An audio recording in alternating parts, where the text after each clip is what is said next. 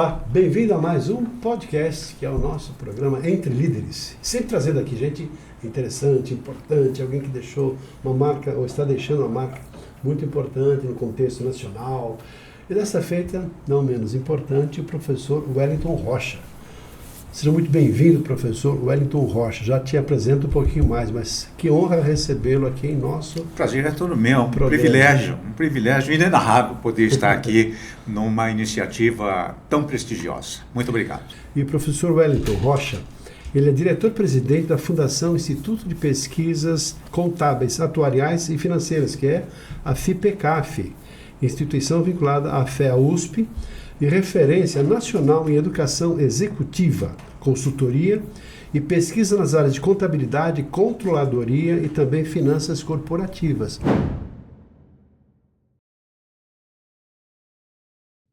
Por que FIPECAF em primeiro lugar?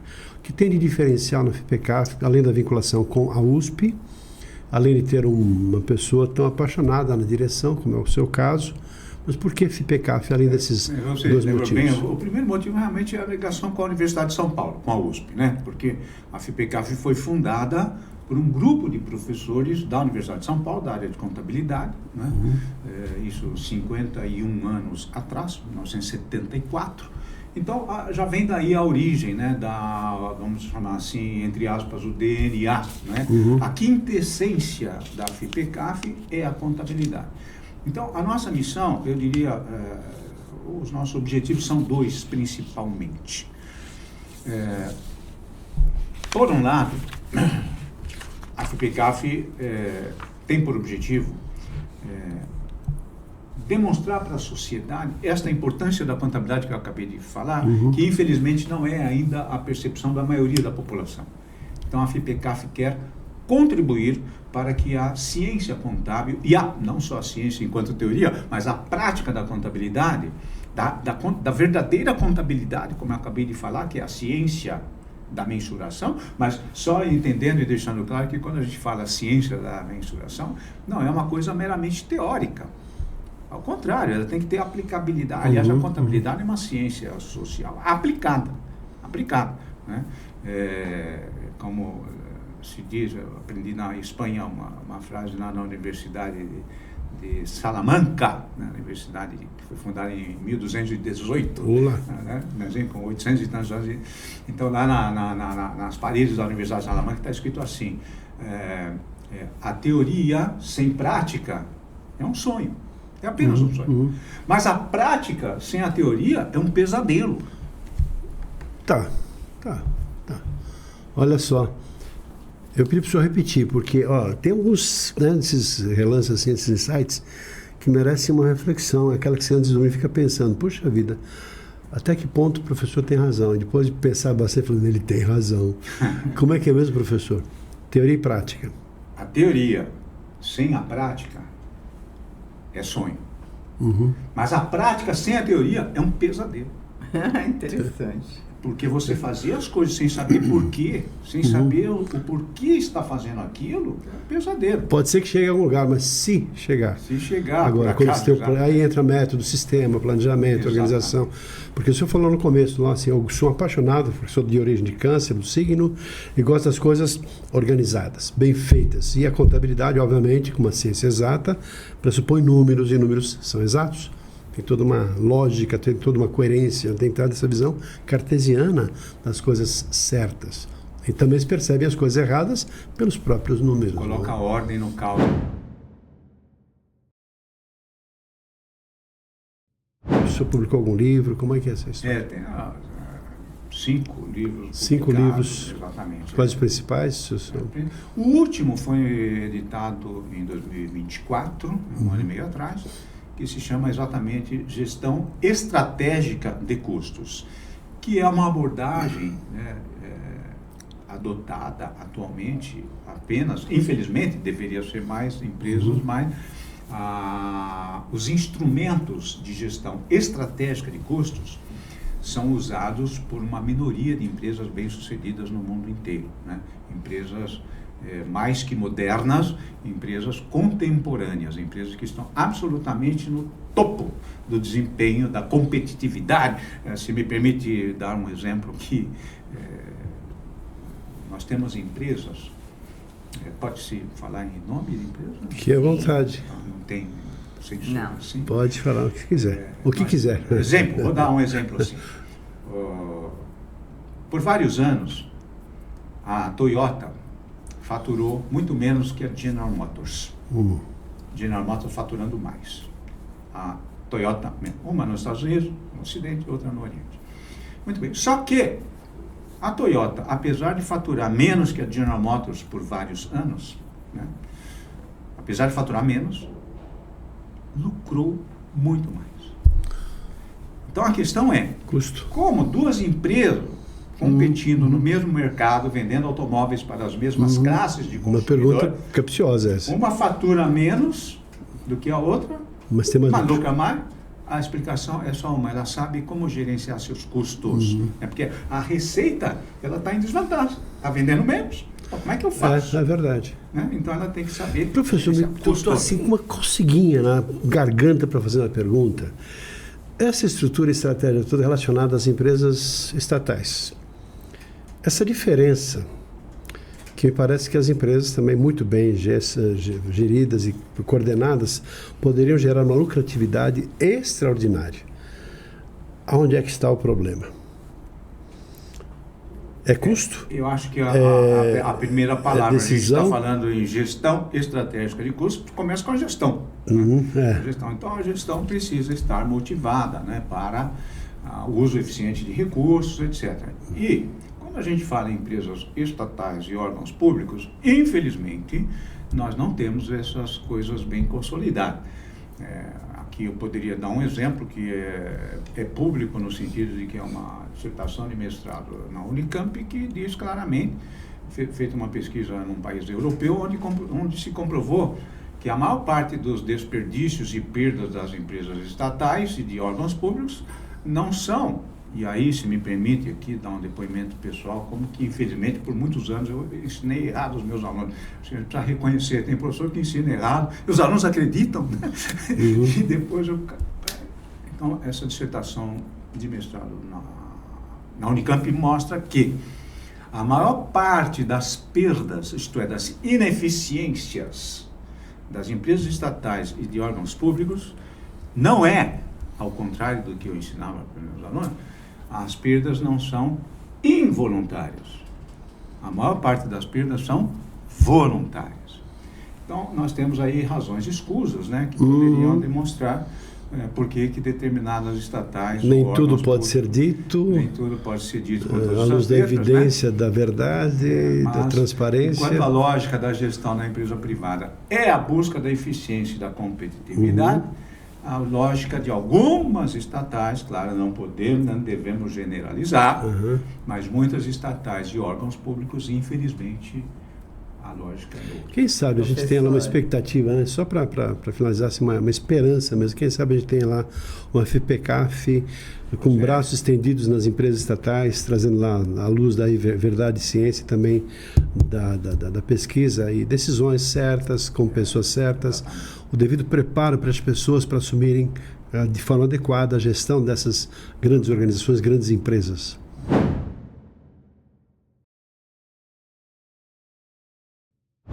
Professor, eu quero saber como que você, com uma formação acadêmica e contábil, chegou à liderança, chegou a ser presidente, como foi esse desafio e ao que você atribui o seu sucesso? Bom, obrigado pela palavra. Eu me sinto realmente realizado, né? Eu me sinto realizado e privilegiado e dando o meu melhor ali na gestão da FIPECAF. Mas, na verdade, vamos dizer assim, numa trajetória, como eu falei, de fazer a faculdade na Faculdade de Economia da USP, depois entrar no mestrado e no doutorado, automaticamente você vai se engajando, né, e a FIPECAF sempre foi muito ligada à USP. E aí foi natural nesse processo, né, depois de um grande empreendedor que nós tivemos, que é o professor Irã Siqueira Lima, um grande empreendedor, que por sinal o nosso edifício sede leva o nome dele, né? Uma pessoa maravilhosa. Maravilhosa, ele nasceu com isso aqui. Tive o prazer de conhecê-lo também. Trabalhei um bom tempo sob a liderança dele. Um empreendedor, um verdadeiro empreendedor, com um coração muito grande, né? Sim. E a gente já percebe, assim, é bom ter um coração muito grande, né? Mas você falou agora há pouco dos desafios da gestão. Sim. E um dos desafios da gestão, na minha opinião, talvez não seja não ter um coração tão grande assim. Por quê? Porque, na minha opinião, um dos desafios da gestão é saber dizer não. Acho que um líder, né, um gestor, precisa saber dizer não.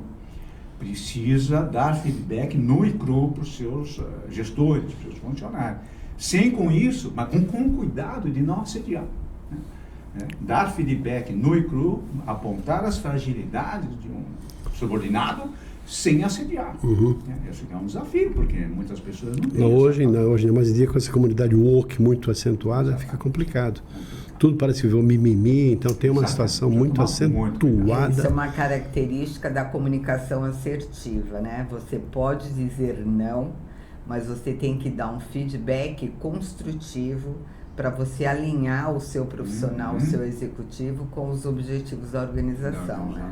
Exatamente. Saber dar, então, um feedback construtivo, né? Sem assédio, sem magoar, sem ferir eu posso dizer que eu já trabalho com você há alguns anos, né? Que os seus feedbacks sempre nos ajudaram a melhorar os nossos processos e alcançar os resultados que você busca. Bom, começa com a educação, né, por trás disso. Né? Pessoa fina que tem todo um jeito de lidar com as pessoas. Não, mas o professor, não sei se você sabe disso, ele era apresentador de um congresso na USP, certo, professor?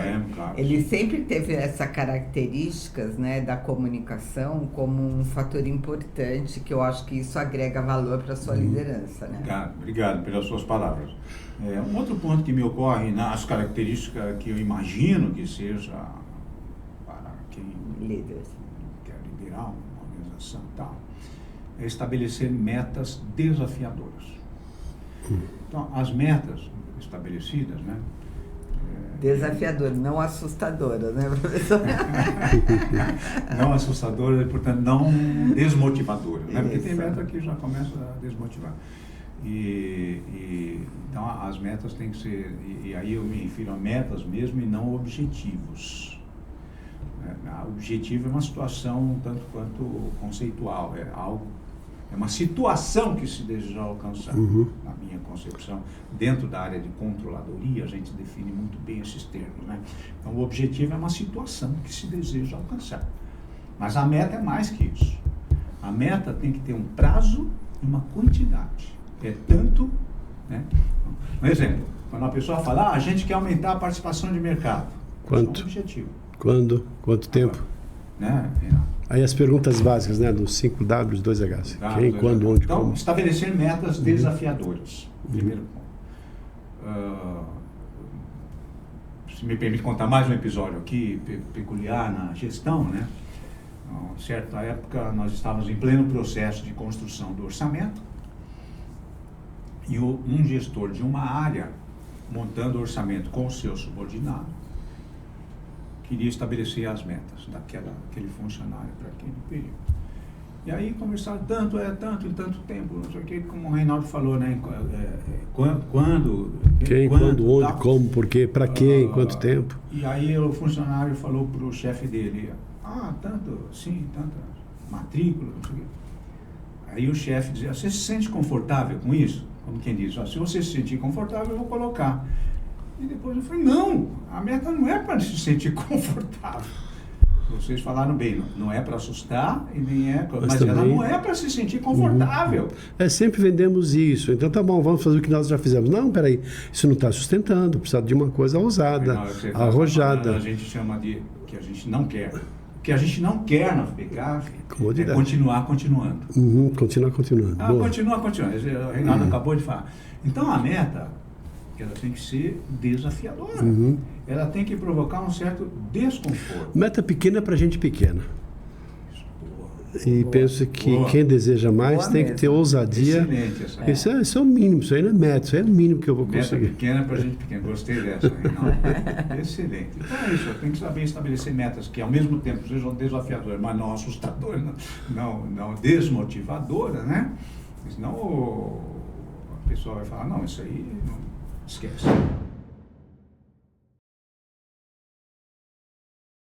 Falamos agora sobre comunicação, e o senhor também foi dito aqui pela Nancy, é um grande comunicador, conduzindo programas, ou seja, e além disso, a maneira como o senhor fala, tão assim, com tanta fluência, com tanta amabilidade, uma pessoa que tem todo o poder da fala, o poder da palavra. Tive o prazer, a oportunidade, alguns cursos lá da FIPECAF, de dar algumas aulas lá também, na parte de gestão tributária, pós-graduação, e ficava encantado, porque lá juntava 30, 40 alunos, mais ou menos.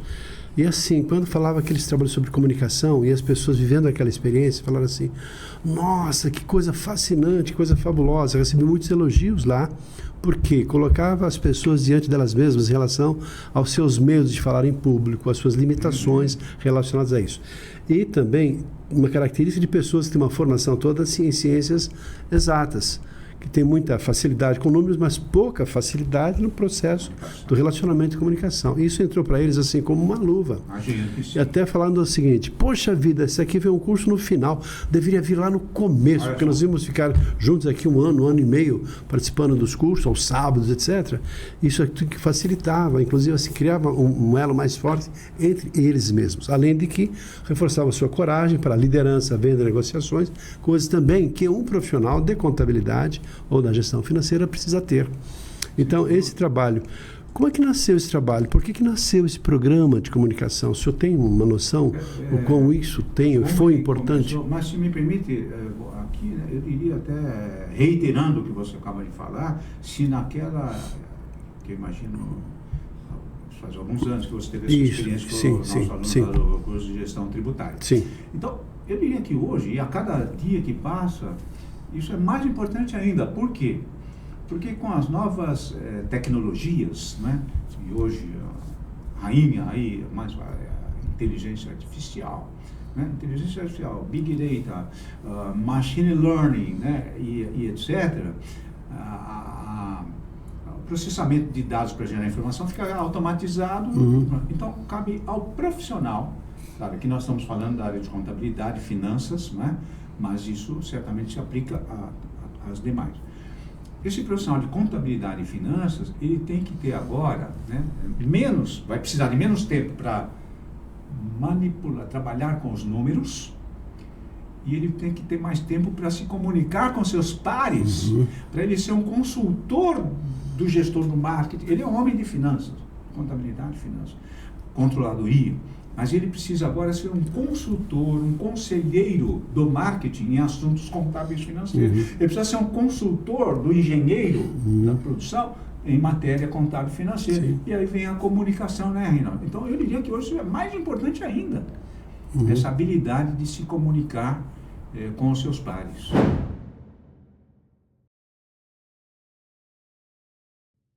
Professor, eu queria que você desse uma dica. Muitas pessoas hoje ficam em dúvida, chega assim, terminando o ensino prático, né, das primeiras formações, que carreira seguir. O que você diria para os nossos jovens sobre a carreira de contabilidade? O que é, como é que funciona e o que ela oferece? Isso. Então, primeiro, como a gente falou aqui algumas vezes hoje, para começar, a contabilidade não é mais, não deve ser vista como preenchimento de guias e nem mesmo, eu diria, fazer contas, porque isso eu acabei de falar, a tecnologia faz, né? Então, esse profissional vai ser um consultor, acabei de falar, orientar. Aliás, Nancy falou uma coisa no início da conversa que me marcou muito, Nancy. Ele verificar se o desempenho econômico financeiro da empresa está coerente com a estratégia. Você falou isso já hoje aqui.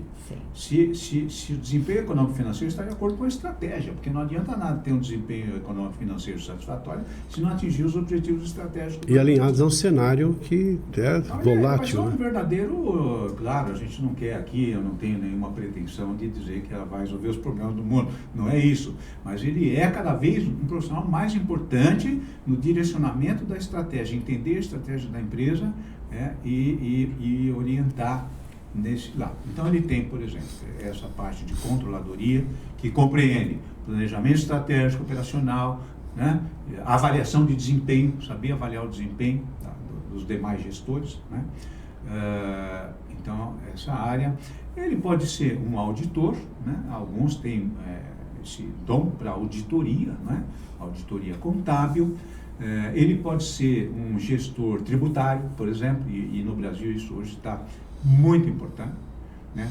E remunera muitíssimo bem, né? Muito bem. Eu li uma pesquisa recentemente, algumas semanas atrás, feita no Brasil, em que se constatou que aproximadamente 2/3 dos profissionais de contabilidade do Brasil não estão preparados para a reforma tributária que começou no Brasil. Olha só. Isso agora, 2026. Nós já estamos no período. Me queria então os outros gestores de outras áreas, de outras unidades. Imagina. Então, assim, respondendo mais a sua pergunta, mais diretamente, assim, uma das alternativas de carreira para o profissional de contabilidade é a gestão tributária. E como isso é importante. Avançando só um pouco, porque estamos aqui com pessoas, poxa, nossa, ele falou tanto, mas ele não falou de valores, do que significa ser bem remunerado nesse contexto. Qual seria assim, uma média de um valor salarial de uma pessoa que está começando, depois de um tempo, em função de cargos e níveis de gestão da contabilidade ou de gestão financeira de maneira geral? É isso, se o professor tiver essa uma visão assim geral. Né? Não tem uma ideia muito... É relativo, eu sei, mas... Porte da empresa. Talvez assim, em relação a outras áreas, por em relação exemplo, a outras áreas. eu sei de controllers, né? O controller é um profissional que naturalmente vem da contabilidade. Eu sei de empresas multinacionais no Brasil, que atuam no Brasil hoje, onde o controller ganha 35 mil reais, por exemplo. Conheço empresas, isso acontece. Agora, é claro que isso não é início de carreira. Não é início de carreira. Início de carreira é menos e vai depender, como disse muito bem, não sei, do porte da organização. Mas, hoje, eu diria assim que um controle numa empresa de porte médio não se pode falar menos de uns 20, 25 mil reais. Um conselheiro também, né, no conselho de administração, normalmente, uma das formações fundamentais é a contabilidade, né? Essa visão financeira das organizações, das empresas. Principalmente dentro dos conselhos de administração, comitês de auditoria, né? Comitê de auditoria que assessora o conselho de administração. E a FIPECAF, ela tem professores, que são os notáveis, né, da contabilidade, que integraram diversos conselhos públicos, né, e privados também, com muito sucesso. Vários. Bem lembrado, né? Por exemplo, Petrobras. Nós tivemos um colega, colega nosso, aliás, esse colega de turma até no mestrado, que foi presidente do Conselho de Administração da Petrobras. Presidente, nós fizemos muito bem. O outro foi membro do Comitê de Auditoria, que assessora o Conselho, empresas privadas também.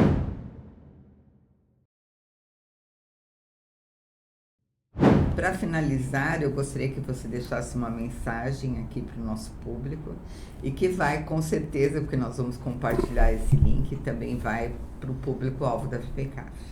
Perfeito. E também quiser deixar no final um contato lá para a empresa, o seu ou da empresa, para as pessoas conhecerem efetivamente, quem não conhece ainda a FIPECAF, essa escola extraordinária, quem sabe lá, para ter uma realização pessoal, para as pessoas que desejam a melhor escola de contabilidade em nosso país, que é a FIPECAF, e por que não, já assim dessa maneira ousada, não é? Concorrer a uma vaga para, quem sabe, um curso. Exatamente, isso. Então, eu diria primeiro que aqueles que estão pensando, ou de alguma forma cogitarem, né, algo nessa área, procurem conhecer, e nós estamos à disposição, inclusive, para ajudar nessa orientação, né, de carreiras nesta área contábil financeira.